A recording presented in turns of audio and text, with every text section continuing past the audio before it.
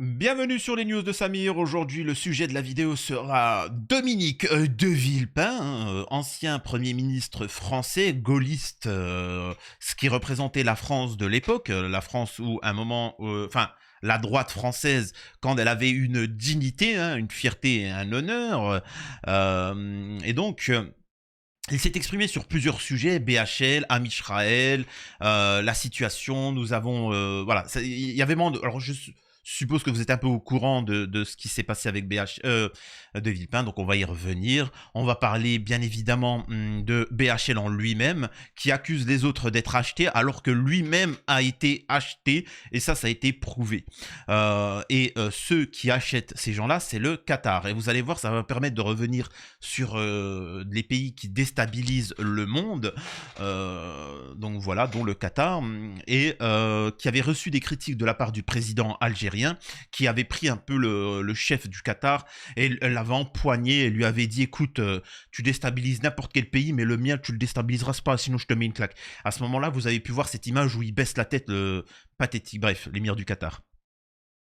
On va parler de l'interview du président algérien pour sa réélection. Il parle de la France, de la situation, des liens qu'il y a entre. Dominique de Villepin va réagir aussi à ses propos et vous allez voir, ça va être très intéressant. Ça va permettre de comprendre pourquoi il y a un acharnement sur l'Algérie, la politique algérienne, alors que quand on parle de migrants, l'Algérie fait son travail, tu vois. Il n'y a pas de chantage aux migrants, il n'y a pas de fleuve de migrants arrivés passant par l'Algérie.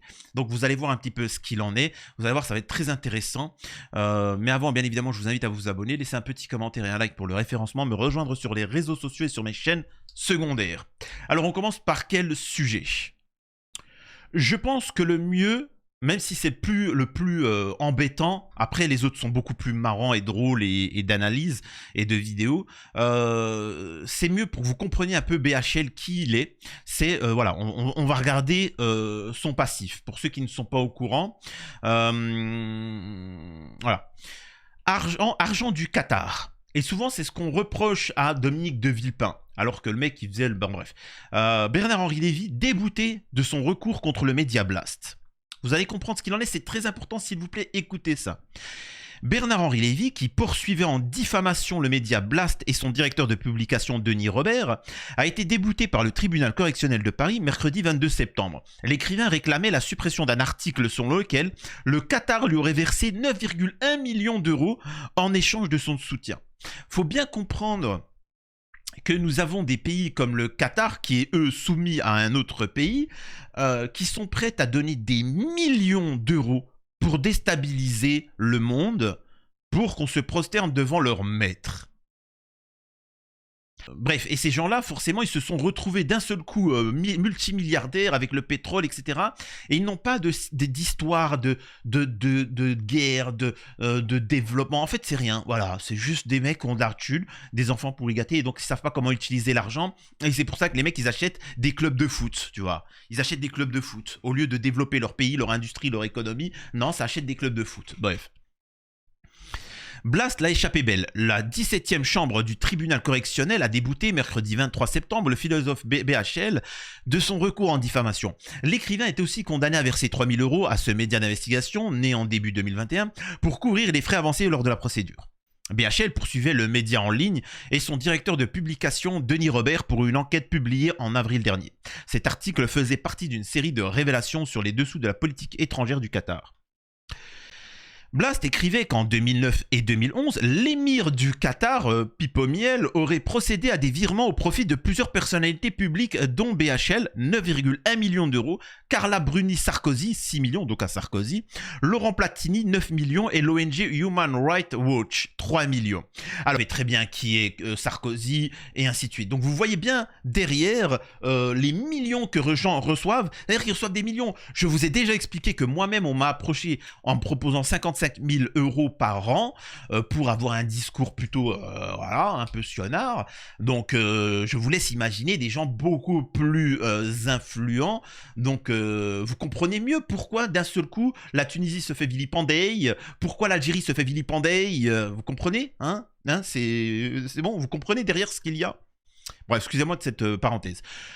Pour l'affirmer, les auteurs de cette enquête, les journalistes d'investigation Bernard Nicolas, Thierry Gadot, se sont fondés sur des documents émanant selon eux du ministère de l'économie et des finances du Qatar. Ils assurent que ces fuites ont été portées à leur connaissance par une source jugée fiable, via une plateforme de communication cryptée. Dans leur article, les journalistes expliquent que les cadeaux du Qatar prennent leur sens si on les replace dans le contexte des années 2009 à 2011, à savoir la volonté du Qatar d'étendre son influence régionale et chasser Kadhafi de Libye au profit des frères musulmans. Le rôle décisif de l'intervention française dont BHL fut un vibrant artisan. Dans la chute du guide de la Révolution et enfin l'obtention de surprise de la Coupe du Monde 2022 par l'Émirat alors que les États-Unis semblaient favoris. L'enquête n'était pas diffamatoire. S'estimant diffamé par cette enquête, BHL demandait la dépublication de cette enquête et 100 000 balles de dommages et intérêts. Selon lui, les documents présentés par Blast ne sont que des faux grossiers et portent atteinte à son honneur. Toutefois, le tribunal a jugé que l'insinuation selon laquelle BHL ait pu recevoir de l'argent de la part d'un État étranger n'est pas contraire à l'honneur et à la considération et qu'ainsi l'enquête de Blast ne pouvait pas être considérée comme diffamatoire. S'interroger sur les raisons qui ont poussé Bernard-Henri Lévy à prendre position en 2011 sur les événements alors en cours en Libye ne constitue pas l'articulation d'un fait précis qui serait susceptible de faire sans difficulté l'objet d'un débat contradictoire sur la preuve de sa vérité, a expliqué le tribunal. Le tribunal note toutefois qu'il s'agit d'une déduction, voire d'un procès d'intention, dont la pertinence peut être librement débattue mais dont la vérité est impossible à prouver. Selon les informations du journal Le Monde, BHL a fait appel de cette décision. Bon, bref, voilà, on a compris. Là, ça permet de vous montrer un peu que BHL reçoit de l'argent et qu'une soumise, quoi. Ça va nous permettre maintenant de parler de De Villepin. Donc, nous avons De Villepin qui va s'exprimer sur plusieurs sujets, qui va rentrer face à Bernard-Henri Lévy et qui va parler de Bernard-Henri Lévy, de la situation au Moyen-Orient et de l'Algérie. Écoutez, c'est très intéressant. Mais n'oublions pas non plus, Bernard-Henri Lévy, les souffrances, le martyre qu'a connu le peuple irakien, le martyre, la souffrance qu'a connu le peuple libyen. Ce soir, on parle de l'Ukraine. Non, mais moi, je vous parle de la souffrance des peuples et ne l'oublions pas. Moi, je vous parle aujourd'hui de N'oublions pas les souffrances que nous avons infligées par des interventions militaires sans issue. Alors, je coupe tout de suite, parce qu'après, ça se répète, mais en résumé... Alors non, je vais vous faire écouter en entier. Je vous parle des souffrances qu'à cet instant même, l'armée de Poutine est en train d'infliger ne les aggravons pas, aux civils d'Ukraine. La réponse militaire... Écoutez, c'est magnifique. Les aggravera, conduira Vladimir Poutine à surenchérir dans une escalade militaire. Mais Vladimir Poutine surenchérit sera toujours plus grande que la nôtre. La manière de procéder de Vladimir Poutine, c'est de surenchérir. Tant que Vladimir Poutine ne sent pas de résistance, vous le savez, il avance. Eh bien, la résistance ne doit pas se placer sur ce terrain-là. Nous avons d'autres moyens de l'atteindre. Et je ne crois pas que la posture sur des plateaux de télévision soit la bonne réponse. Écoutez, je suis heureux de vous l'entendre dire parce que je vous vois là dans une posture qui ne me semble pas de nature à apaiser la situation. Messieurs, on vous réconciliera. Voilà, il s'est barré, salut, au revoir. C'est-à-dire que c'est bien beau de parler sur les plateaux de télé et le mec il appelle à la violence, etc. et ainsi de suite. Ça ne résout rien, je répète, ça ne résout rien. On continue le drame sur le drame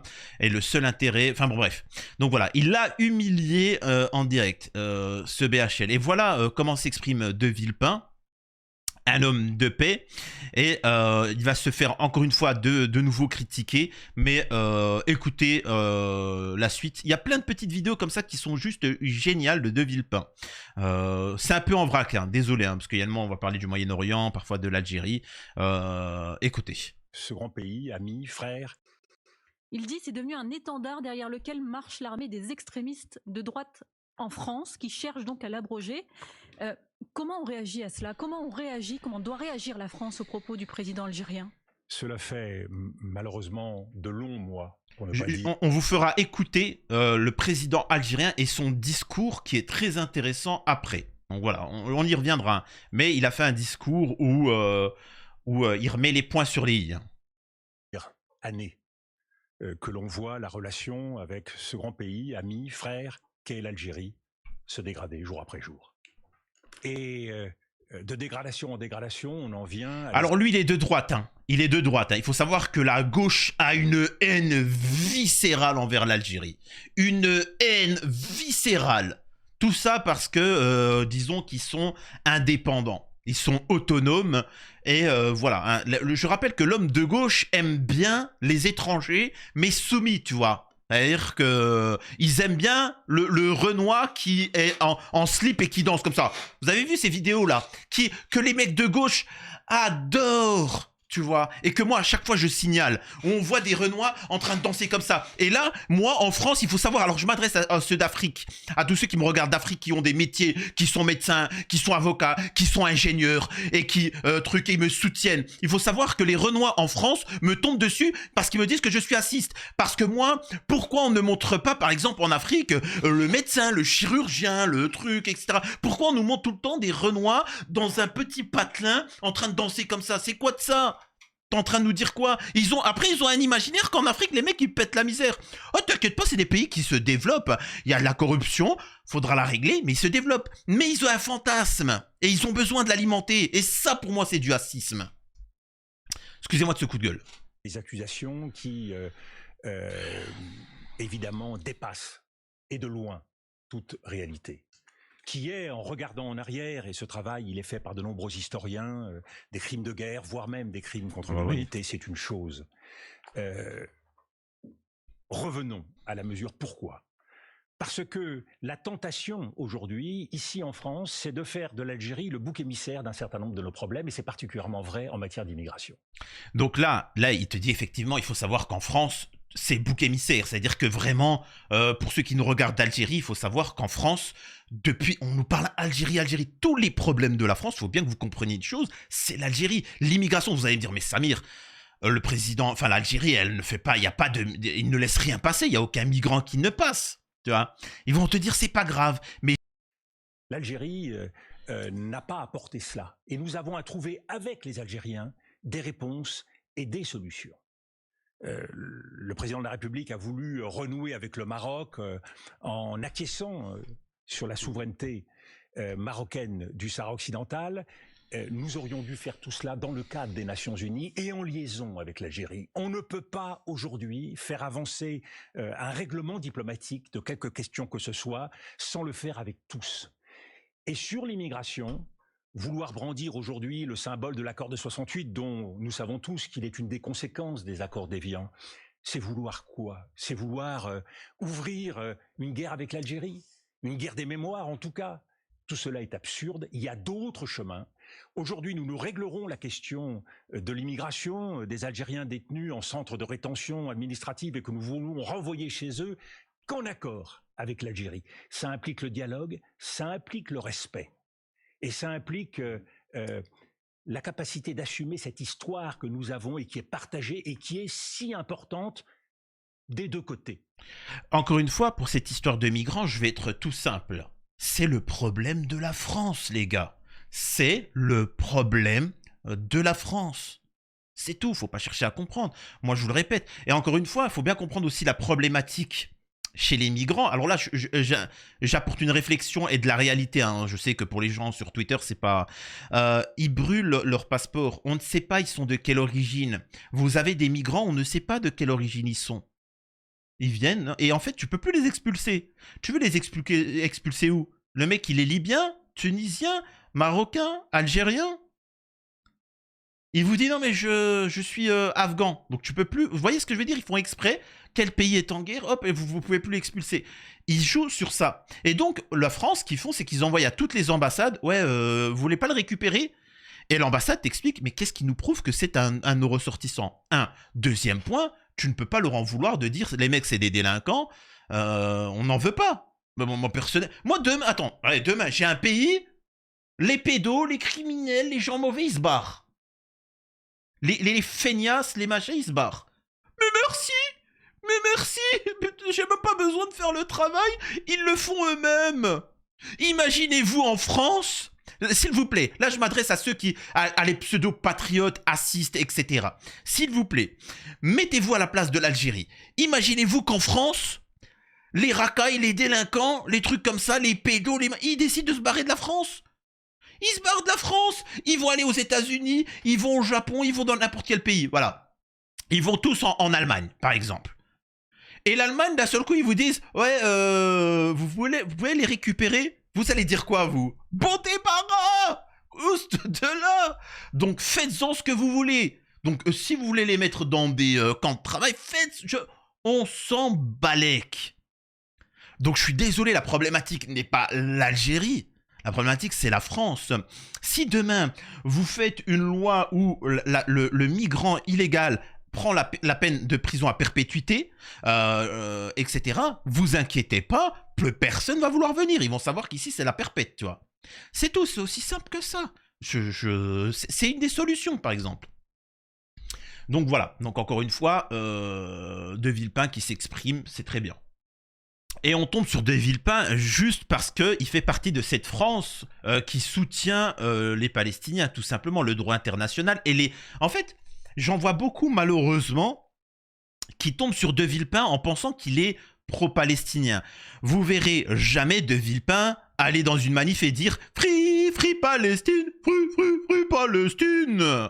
et manger des sandwichs au merguez. Lui, il pense d'abord aux intérêts de la France, aux intérêts économiques, diplomatiques de la France. Vous allez vous souffrir en France, de par la trahison de vos élites, tout ça pour soutenir Am Israël. C'est ça qu'il est en train de dire De Villepin. Oui, mais merci. parier sur la politique, ça veut dire quoi Eh bien, compte tenu justement. de l'état de la classe politique en Israël, de Eh bien, justement. l'absence d'État au Liban. Eh bien, justement. Et c'est là où le président Macron dit, et j'aimerais que ce soit dit aussi entre Européens, à un moment donné, ne livrons pas des armes qui n'ont pas vocation à assurer la sécurité d'Israël, mais qui ont malheureusement pour conséquence de créer aujourd'hui la mort à Gaza et la mort au Liban. Et prenons nos responsabilités sur le plan politique. Le président a toujours dit qu'il fallait, dans un processus, reconnaître l'État palestinien. Tous les efforts qui ont été tentés, tous les processus de paix qui ont été lancés l'ont été sur une base qui est, à la fin du processus, on reconnaîtra l'État palestinien. D'abord, franchissons un certain nombre d'étapes. Je dis aujourd'hui solennellement, comme beaucoup de gens à travers le monde, la première étape du processus, c'est de reconnaître l'État palestinien. Pourquoi ? Parce que Israël doit montrer à tous qu'il a un objectif politique, que le but, ce n'est pas la guerre, toujours plus de guerre. J'entends ces phrases terribles. Il faut terminer le travail. Il faut aller jusqu'au bout. Mais jusqu'au bout de quoi ? La guerre n'est pas une fin. La guerre dans laquelle est engagé Israël aujourd'hui est une guerre sans fin. Reconnaître l'État palestinien. Là, vous voyez, il a bien précisé que ce que fait Am Israël, ce n'est sans fin. Il dit pas ça va s'arrêter aux pays voisins arabes. Il sait très bien, De Villepin, que leur objectif, c'est la domination du monde et qu'il faut les stopper quand ils sont encore loin de nos frontières. C'est ça qu'il est en train de dire, tu vois. C'est-à-dire que là, il pense à l'intérêt de la France en priorité. Là, ce qu'il est en train de vous dire, c'est qu'il ne faut pas de cesser le feu, il faut mettre hors d'état de nuire les volontés belliqueuses d'Am Israël de dominer le monde. De leur rappeler que non, Dieu ne vous a pas créé pour nous dominer, non. Non. Et si c'est le cas, bah, va falloir répondre de vos actes, tu vois, devant nous. Sans pleurer au pougroum. C'est abdiquer, c'est favoriser le Hamas. C'est ce que disent Benjamin Netanyahou, le gouvernement d'extrême droite en Israël, les partisans de ce gouvernement-là. Que fait Israël depuis un an, si ce n'est de réduire ce Hamas ? De quoi parle-t-on ? Puisque la victoire d'Israël sur le Hamas crée la situation d'aujourd'hui et tous les dirigeants... Je rappelle que tous ces mouvements, Hamas, Hezbollah, etc., ont été créés après. Toujours après que Am Israël ait fait un géno sur les populations civiles. Dans les populations civiles, il y a eu des résistants qui se sont opposés, qui se sont organisés. Donc voilà, hein, vous pouvez voir mes précédentes vidéos sur le sujet, vous comprendrez, pour ceux qui ne le savent pas. Ça a été créé après les attaques d'Am Israël, et pas l'inverse. Ça, faut bien préciser. Militaires du renseignement israélien le disent. Le Hamas ne constitue plus une menace pour Israël. Eh bien, tirons-en les conséquences. Mais alors, aujourd'hui, justement... On crée un État palestinien, mais avec quel interlocuteur ? Avec le Hamas ? Mais vous savez, les interlocuteurs, ils ne peuvent pas naître dans la guerre. Les interlocuteurs, ils peuvent naître à partir du moment où on lance un processus. Aujourd'hui, Il faut donner les moyens sur les bases. Bon, voilà. Bon. Là, De Villepin, je suis désolé, quand est-ce qu'il se présente aux élections? Quand est-ce qu'il se présente aux élections? Je t'en fais des vidéos. Je vous ferai de la propagande pour que vous alliez voter. J'irai vous voir un par un pour que vous alliez voter pour De Villepin. Mais bon. Nous avons maintenant le président algérien pour expliquer un petit peu pourquoi De Villepin dit que l'Algérie est un allié de choix et ainsi de suite. Il devait venir en France pour une visite, elle a été annulée. Regardez ce qu'il va dire. Est-ce que la visite est toujours prévue ou elle est annulée? Je n'irai pas à Canossa. C'est autre chose qu'un certain roi qui fait des photos avec des influenceurs. Hein. Je dis ça, je tue rien, je taquine. Hein. Canossa, alors je savais même pas ce que c'était. Pour montrer un peu le niveau de ces politiques en Algérie, c'est autre chose. Hein. C'est autre chose que nos politiques en France. Hein. Alors, de quoi il parle le président algérien? Je ne savais pas. Hein. Il fait référence à l'histoire dite humiliante d'Henri IV, empereur du Saint-Empire, excommunié par le pape Grégoire VII en 1076 pour avoir été en désaccord avec lui. Henri IV, il va traverser les Alpes jusqu'au château de Canossa en Italie, puis attend 3 jours pieds nus dans la neige, vêtu d'une simple tunique de pénitent, avant que le pape n'accepte de lever son excommunication. Donc voilà, en résumé, il est en train de dire mec, je suis pas ta chouin, il est hors de question que qu'on accepte des rendez-vous autres après tout ça. C'est-à-dire, fais le ménage en France et après peut-être qu'on viendra, et ainsi de suite. Bref, voilà, c'est une question de fierté algérienne, tout simplement. Il va revenir sur les propos de Sarah Knafo, comme quoi qu'ils reçoivent 800 millions d'euros ou je sais pas quoi de la France. L'Algérie n'est pas endettée, c'est un pays qui n'a pas de dette. Elle n'a pas de dette. La France a 3000 milliards de dettes. De quoi elle parle? Et surtout, si vous avez vu mes précédentes vidéos, nous envoyons des milliards à Israël. Nous envoyons des milliards et des milliards à Israël. Et pourquoi Sarah Knafo n'en parle pas? Pourquoi elle tombe sur l'Algérie précisément? Encore une fois, tout ça est lié à une ingérence étrangère. Nous avons aussi un autre moment concernant les OQTF. Il explique que c'est un mensonge et dit à la France déjà commencez par venir à nettoyer là où vous avez fait les essais nucléaires hein, dans le Sahara. La France a fait des essais nucléaires. Il faut savoir que ça a pollué ces endroits-là où les animaux, où les populations ont subi forcément des problématiques. La repentance de la France, contrairement à certains, il ne s'agit pas d'argent. Il s'agit, de volontairement dire et reconnaître ce qui a été fait en Algérie et ensuite nettoyer au moins la demeure que vous avez fait, c'est-à-dire les déchets toxiques et ainsi de suite. C'est la moindre des choses. Voilà. Au moins, c'est tu nettoies, tu fasses ton lit, quoi. Bref. Il explique, et là il s'adresse à vous, le peuple français, il est en train de vous dire qu'on est en train de vous manipuler pour vous contrôler. En utilisant des artifices, vous êtes sous domination. Et il ne dit pas que vous devez vous soumettre à qui que ce soit, il dit que vous devez être autonome, vous. Vous devez d'abord penser aux intérêts français. C'est ça que dit le président algérien. Le président algérien, en une phrase, a fait plus de patriotisme que toutes vos élites et tous vos castes médiatiques, politico-médiatiques en France. Pensez d'abord aux intérêts de la France et vous verrez que tout va bien se passer. Il n'y aura plus de soldats envoyés partout. Vous verrez qu'économiquement, tout va aller mieux. Et si demain, tout le monde faisait ça, eh ben, tout le monde serait heureux. Mais les parasites, eux, qui vivent dans le conflit, etc., eux cherchent à vous déstabiliser et ainsi de suite. Donc, posez-vous les bonnes questions. Quel est l'intérêt de la France? Et pour finir, il parle un petit peu de la situation dans le monde. Écoutez ça. Votre registre, Monsieur le Président. La situation au Proche-Orient et en Méditerranée orientale est plus que jamais dramatique. Pourquoi je vous montre ce passage-là? Parce que ça va permettre de débunker tous vos dissidents pro-palestiniens, etc. Parce qu'il va dire un point très important.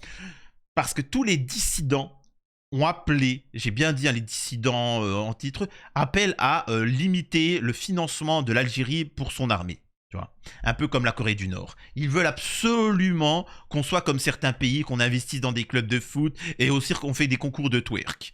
Donc voilà. Et c'est pour ça que le président algérien est critiqué. Les derniers développements présagent-ils d'un embrasement généralisé? Au vu de ce qui se passe, c'est pas impossible. Nous sommes entrés dans la loi de la jungle. Le fort mange le faible. Le droit international n'existe plus. Les mots de la sagesse n'existent plus, il reste la force. Si on ne fixe pas de limite à la force de l'État sioniste, l'embrasement est plus que possible. L'embrassement est plus que possible. Il n'y a pas que moi qui le dis, hein. Nous le disons depuis des années. Tu vois, alors que ça fait pas juste depuis le 7 octobre, alors qu'avant on travaillait pour L'Oréal et tout ça, et on tapinait pour Amisraël, on commence à le dire, tu vois. C'est-à-dire que ça fait un moment qu'on est en train de l'expliquer. C'est pour ça qu'on s'est armé, tu vois, parce que c'est la loi de la jungle. Et si tu n'es pas fort, ils viendront te mettre à l'amende. Vous comprenez quand je vous disais que les seuls en Algérie, c'est comme la Corée du Nord, ils ont compris qu'il y avait du mal et qu'ils devaient se préparer pour le jour J. Et tous ceux qui ne sont pas prêts, ah, ça va faire mal. Demandez aux Libanais, demandez aux Gazaouis, demandez à toutes les populations voisines.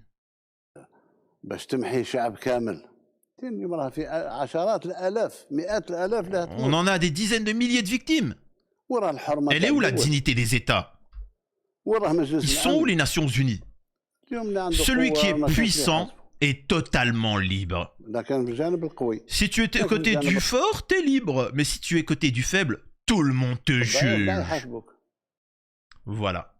Vous comprenez mieux ce qu'il en est. Alors, vous pouvez sortir, vous, dans la rue et dire « Free, free Palestine, free, free, free Palestine » avec Rima Hassan, et après quel qui vous dit qu'il faut désarmer l'Algérie et la Tunisie, il faut combattre le président tunisien qui essaye de renforcer son armée et son pays et lutter contre Amisraël. Vous pouvez. Mais si vous êtes de vrais partisans de la paix, eh ben, préparez-vous. Préparez-vous à qu'Amisraël va arriver à vos frontières. Et si vous n'êtes pas en capacité, par exemple, Rima Hassan, elle aurait dit à l'Iran, surtout non, la bombe atomique, il faut pas, tu vois. Pendant ce temps, Amisraël, allez-y, allez-y, tu vois. Vous allez voir que le travail pour qui vous avez voté Rima Hassan est de tomber sur la Tunisie et le président tunisien. C'est ce qu'elle fait en ce moment à l'Union européenne. Elle ne lutte pas contre Amisraël, elle lutte contre la Tunisie. Et là, si vous êtes des Tunisiens et que vous n'êtes pas au courant à l'heure actuelle de ce qu'elle a fait, vous inquiétez pas, vous verrez la vidéo. Et là, je m'adresse à ceux qui la vénèrent. Qu'est-ce qu'elle a fait depuis pour les Palestiniens? Mis à part avoir travaillé pour L'Oréal et aussi pour avoir voulu déstabiliser le pays qui commence à être ultra anti-sioniste. Je parle au niveau de sa gouvernance, parce qu'il a toujours été, hein, les Tunisiens. Ne vous faites pas avoir par les manipulations des gens de gauche et de droite, d'extrême droite, d'extrême gauche. Ils sont là pour vous déstabiliser, vous diviser. Pensez à vos propres intérêts. Et tout se réglera de lui-même. Ok ? Dites-moi ce que vous en pensez. À la prochaine sur les news de Samir.